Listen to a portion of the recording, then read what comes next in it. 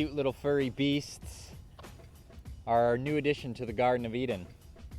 And these goats are, from my perspective, one of the most sustainable animals that you can have on your piece of land. The reasons for this is they have a relatively high output of value.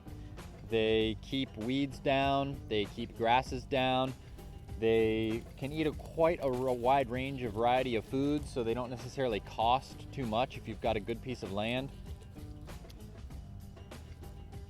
They don't require a lot of space because they're pretty small, and they're pretty hardy, pretty healthy creatures. And if you've got milk goats, then you can milk these goats twice a day, and you can get about a quart, maybe 2 quarts out of a really good milk goat in one day. So that's a pretty, substantial amount of milk. They produce a lot of fertilizer with their pee and with their poo.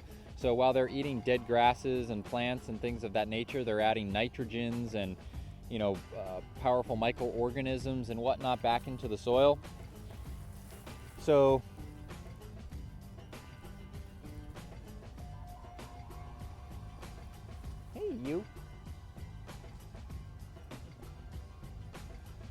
they're pretty playful little creatures, pretty feisty little creatures, and they're a lot of fun so far. We've only had them for a very short period of time, so we're just getting used to them.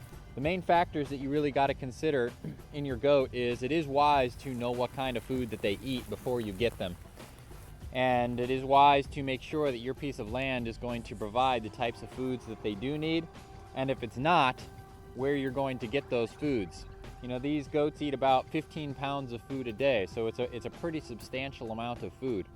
And if you don't have the type of land that can produce the variety and quantity that they need on a daily basis, then that means you're going to have to import, trade, buy some sort of extra food. So you need to consider your food options. There's all sorts of books and YouTube videos and blog sites and forums that talk about goats, all of these types of details.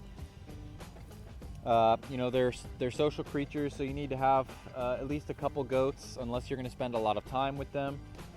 In order to milk them, of course they have to have given childbirth, and then you have to keep milking them past when the child would naturally wean itself.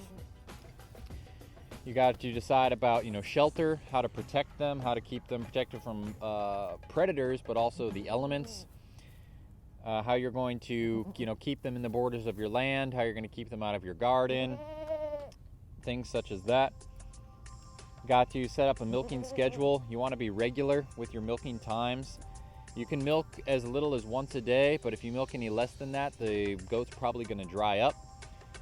So you need to milk at least once a day. You're going to get more milk if you milk twice a day, potentially more milk if you were to do it 3 times a day, but I think for the extra amount that you would get and how much longer it would take to do 3 milks versus 2 milks, I'm not really sure it's worth it. 2 milks a day, 10 to 12 hours apart is pretty good.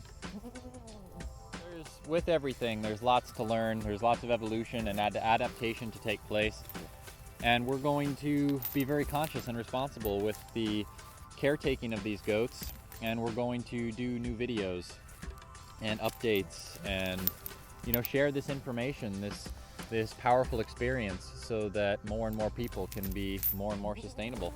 So with these leashes, we're able to move them around the yard, spot to spot, and it keeps them from eating the things that we don't want them to eat, and it allows them to constantly have access to new forms of food. As you can see on these bamboos right here, they've already eaten all the leaves on the lower portions of the bamboo. They really like the bamboo leaves, and so by putting them in certain places, we can figure out what it is that they really like, and also we can rotate them out because we don't want them to eat all the bamboo leaves, otherwise the bamboo plant dies. So we just want them to eat a little bit here, a little bit there, a little bit there. So with this leash system, it works really well. We only have to move them once or twice a day. We can put them back inside of their shelter at night, which protects them from all the animals, protects them from the rain, gives them access to some water, maybe a little bit extra food. If you've got them foraging outside all day long and they've got ample food resources, which is totally doable with enough land, with enough space, They really don't need almost any extra feed at all. You know, the ones that you're actually milking, you can give them a little bit of milk feed to sort of you know, amp up the milk production and also the fat butter content in the milk, such as like black oil sunflower seeds, things of that nature. But really they would only need like a handful of that or a little scoop of that when you're milking them, or you know, when you bring them in at night or before you send them out in the morning, just as sort of a little treat. It's also really great to spend time with your goats, especially if you're milking them. You know, if you've just got goats that are there to fertilize the soil by eating and pooing and peeing, then you don't need to spend any time with them.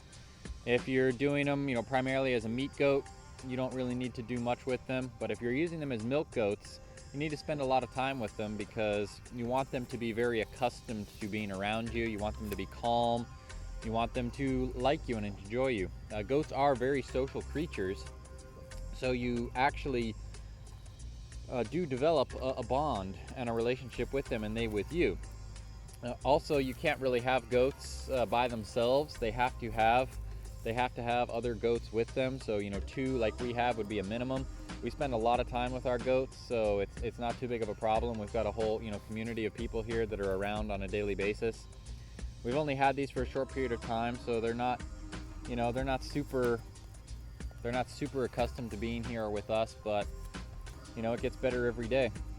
So these goats are by far one of the most sustainable and easy and full spectrum beneficial animals that you could have on a sustainable piece of land, and we're going to get better every single day, and we'll do little videos on different aspects of the goats throughout the weeks to come, you know, facets of importance, so that more and more people can tune into the easy, awesome, pure potential. Bless.